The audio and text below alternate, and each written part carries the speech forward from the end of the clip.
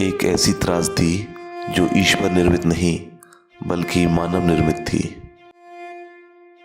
2 दिसंबर को काजी कैंप और जेपी नगर, जो आज का आरिफ नगर है, उसके आसपास के इलाके के लोग रात का भोजन करके आम रातों की ही तरह सोए हुए थे। पुरुषों और महिलाओं ने अगली सुबह के बारे में कुछ योजनाएं भी बनाई होंगी, लेकिन उस रात जो हुआ वैसा तो किसी की कल्पना में भी नहीं आया होगा। एक ऐसा दर्द जो भोपाल शहर की आत्मा पर हमेशा के लिए अंकित रह गया। जैसे आमतौर शहर तरक्की करते हैं, वैसे ही भोपाल ने भी खूब तरक्की की, लेकिन फिर भी भोपाल गैस त्रासदी के काले धब्बे को अपने दामन से मिटा नहीं पाया है। एक ऐसा जख्म जो अभी तक नासूर बना हुआ है।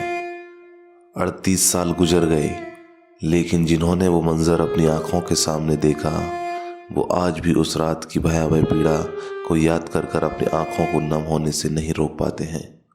ये मात्र 1-2 रात की वेदना नहीं थी। इस भीषण त्रासदी में जो काल करने वाला बने, वो तो इस दुनिया से चले गए, लेकिन जिन्हें काल ने निगल दिया, वो बस अपनी आंखों के सामने उस मंजर को बेबस देखते रहे।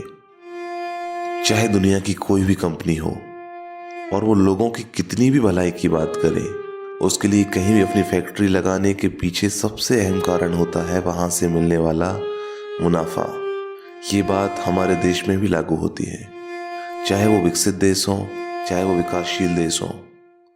बस विकसित देशों में इंसानों की जिंदगी की तवज्जो दी जाती है, और ऐसे कारखाने जो इंसान या समाज के लिए खतरनाक हैं, उनको आबादी से दूर बनाया जाता है।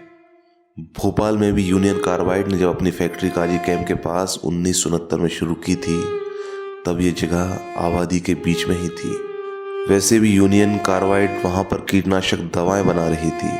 बस गलती से इंसान भी कीट फतंगी के मानिंद उस हादसे में मारे गए। इससे पहले भी फैक्ट्री में गैस लीक की घटनाएं हुई थी, उसमें एक आधा मजदूर की मौत भी हुई थी।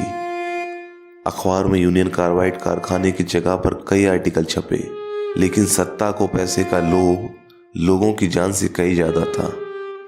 इतने सवालिया निशान उठने के बाद भी 1979 में मिथाइल आइसोनाइड के उत्पादन के लिए नया कारखाना खोला गया, और 5 साल बाद ही वो एक ऐसी भयावह त्रासदी भोपाल के लोगों को देकर गया जिसे इतिहास में सबसे बड़ी औद्योगिक त्रासदी माना जाता है।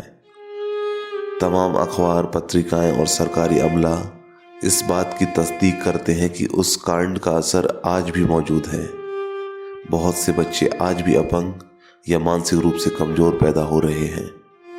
38 वर्षों बाद भी यूनियन कार्बाइड का कारखाना उजड़ा पड़ा है, लेकिन जहरीले पदार्थों का अवशेष अब भी वहां मौजूद हैं। लेकिन अभी भी एक सवाल है कि इस भीषण जन त्रासदी के बाद भी हम कितना सीखे।